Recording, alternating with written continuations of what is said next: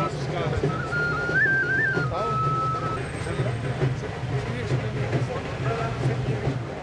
आर्थिक स्थिति को हम बदल सकते हैं और उसके लिए सीड हो, जो भी जरूरत हो वो सब्सिडाइज रेट पर हम उपलब्ध कराएंगे।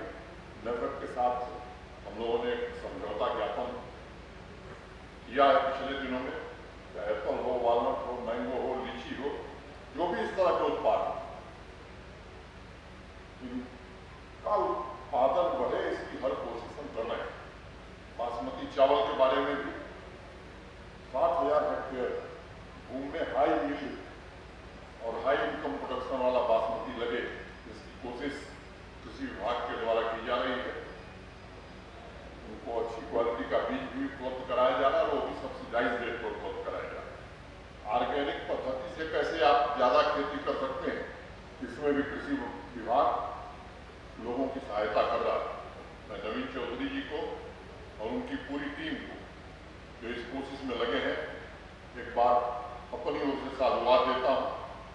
और हर कोशिश ये कर रहे हैं कि जो सहूलियतें अभी तक किसानों को नहीं मिल रही थी, उन सहूलियतों को फिर से ज्यादा मात्रा में प्रदान किया जाए।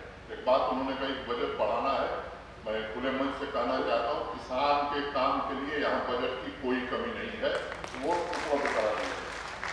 और किसान भाइयों को मैं भरोसा देना चाहता हूँ, उनकी प्रगति के रास्ते में यदि कोई कानून व्यवधान होगा या किसी प्रकार का व्यवधान होगा तो उस व्यवधान को बिना समय गंवाए समाप्त किया जाएगा, ये हम आपको भरोसा देना चाहते हैं। पिछले एक साल के प्रयासों का एक सुखद परिणाम आया और उसका जिक्र करना मैं जरूरी समझता हूँ। पूरे भारतवर्ष में हम एक बड़े कृषि तथा हॉर्टिकल्चर पावर के रूप में उभरने लगे। कुछ दिनों पहले एक अमेरिका में साइंस जर्नल प्रकाशित होती है, कुछ मित्रों ने शायद सुना हो, एलियन के नाम से। उसमें एक आर्टिकल छपा है जम्मू कश्मीर को लेकर, और जम्मू कश्मीर की बदलती हुई कृषि और हॉर्टिकल्चर की स्थिति के बारे में।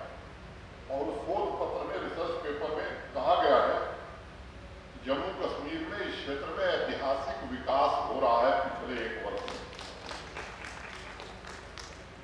इसके लिए मैं निश्चित रूप से यहाँ के किसानों को भी और कृषि विभाग के हम अपने सभी साथियों को जिस संकल्प पर ढंग से उन्होंने प्रयास किया है, इसके कारण, और किसान भाई जिस तरह से मेहनत किए उसके कारण ये परिणाम आ सका है। मैं एक छोटी बात आपसे कहना चाहूंगा। 1 हेक्टेयर में 2 किलोग्राम केसर होता है, अब एक बड़ा बदलाव आया है, 5 किलोग्राम केसर होगा। इस तरह की अनेक बातें कर सकती हैं। पिछले साल हम सबने जब कृषि विश्वविद्यालय में जाने का अवसर मिला, हमारे प्रमुख सचिव भी थे, कृषि वैज्ञानिकों से एक अनुरोध मैंने किया, भाई लैब से निकलिए, थोड़ा किसान के खेत तक पहुंचिए। जो रिसर्च का काम आप कर रहे हैं, अच्छा कर रहे हैं, लेकिन केवल लैब तक सीमित रह जाए ऐसे रिसर्च का कोई अर्थ इस देश के लिए, यहाँ के समाज के लिए नहीं है। और उसके परिणाम अब दिख रहे हैं।